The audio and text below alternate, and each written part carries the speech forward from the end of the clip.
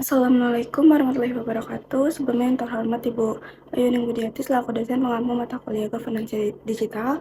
Di sini saya Yuskan Fadila akan menganalisis materi mengenai e-governance di Kementerian Pemberdayaan Perempuan dan Pelindungan Anak atau KPPA yang disusun berdasarkan kerangka IT Governance dari Well and Ross. Jadi, governance itu merupakan penerapan teknologi informasi dalam proses pemerintahan untuk meningkatkan transparansi, efisiensi, dan kualitas pelayanan kepada masyarakat.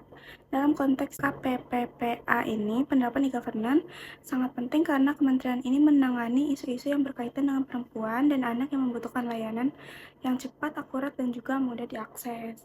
Kerangka Well and Ross ini digunakan sebagai dasar karena berfokus pada tata kelola teknologi informasi yang mampu menyelaraskan tujuan organisasi dengan penggunaan teknologi. Selanjutnya ada strategi KPPA dalam kerangka IT Governance Well and Ross. Yang pertama itu adalah IT Principle atau prinsip TI. Menurut saya, bagian ini menjadi fondasi karena menentukan bagaimana teknologi mendukung visi dan misi KPPA. Artinya, setiap investasi teknologi harus memberikan manfaat nyata bagi pelayanan publik. Yang kedua ada IT arsitektur, yaitu KPPA berupaya membangun arsitektur yang terintegrasi sehingga data dan sistem antar unit itu saling terhubung.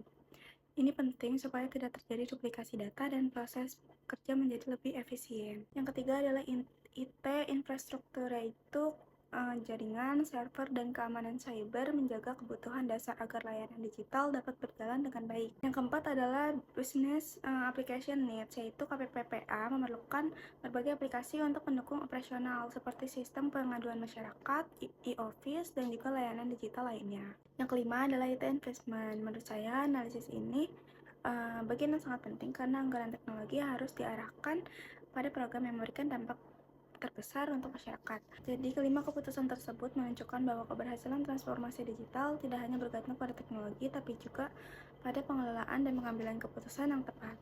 Selanjutnya, perilaku KPPA dan pengadopsian teknologi informasi.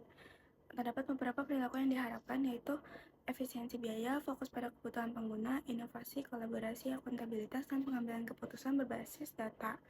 Menurut saya, perilaku ini sangat relevan karena teknologi yang canggih tidak akan berhasil jika budaya organisasinya belum siap. Selain itu, terdapat juga tahapan adopsi teknologi yang dimulai dari awareness, interest, evaluation, trial, hingga adoption. Artinya, transformasi digital harus dilakukan secara bertahap. Pegawainya perlu memahami manfaat teknologinya terlebih dahulu, kemudian mencoba dan mengevaluasi sebelum akhirnya mengimplementasikan secara penuh. Pendekatan ini membantu mengurangi resistensi terhadap perubahan dan juga meningkatkan peluang keberhasilan program digital. Selanjutnya, 6 aset strategis yang harus dikelola organisasi. Yang pertama adalah aset jaringan atau networking asset, yaitu infrastruktur dan konektivitas yang memungkinkan pertukaran informasi. Yang kedua adalah aset fisik seperti data center, perangkat keras, dan juga fasilitas pendukung teknologi. Yang ketiga adalah aset kekayaan intelektual, yaitu aplikasi, sistem, lisensi perangkat lunak, serta inovasi digital yang dimiliki organisasi. Yang keempat adalah aset hubungan, yaitu kerjasama dengan berbagai lembaga dan pemangku kepentingan. Yang kelima adalah aset manusia, yang mencakup kompetensi SDM dan juga budaya inovasi. Yang terakhir adalah aset finansial, yaitu anggaran yang digunakan untuk mendukung seluruh program digital. Dari kelima aset tersebut, aset manusia merupakan salah satu faktor yang paling penting karena teknologi yang baik tetap memerlukan sumber daya manusia yang mampu mengelola dan mengembangkannya. Selanjutnya, sasaran KPPA berdasarkan prinsip SMART. Slide ini menunjukkan bagaimana tujuan organisasi dibuat menggunakan prinsip SMART, yaitu specific, measurable, achievable, relevan, dan juga time-bound. Contohnya adalah digitalisasi layanan publik, peningkatan indeks SPBE, dan juga peningkatan kompetensi ASN.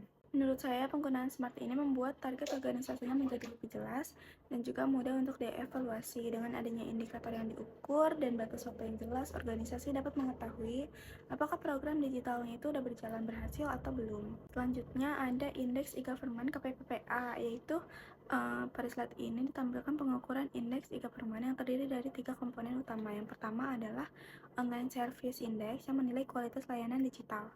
Kedua adalah Telecommunication Infrastructure Index yang menilai kesiapan infrastruktur teknologi. Yang ketiga adalah Human Capital Index yang menilai kemampuan sumber daya manusia. Nilai akhir indeks KPPPA ini berada pada kategori menengah ke atas.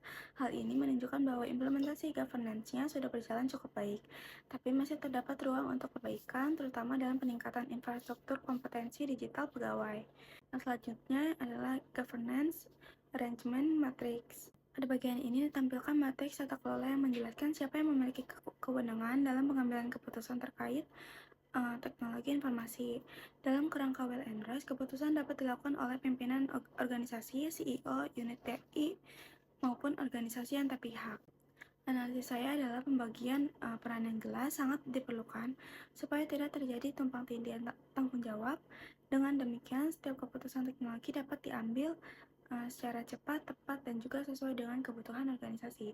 Cukup sekian analisis e-governance di KPPA yang dapat saya sampaikan. Kurang lebihnya mohon maaf. Wassalamualaikum warahmatullahi wabarakatuh.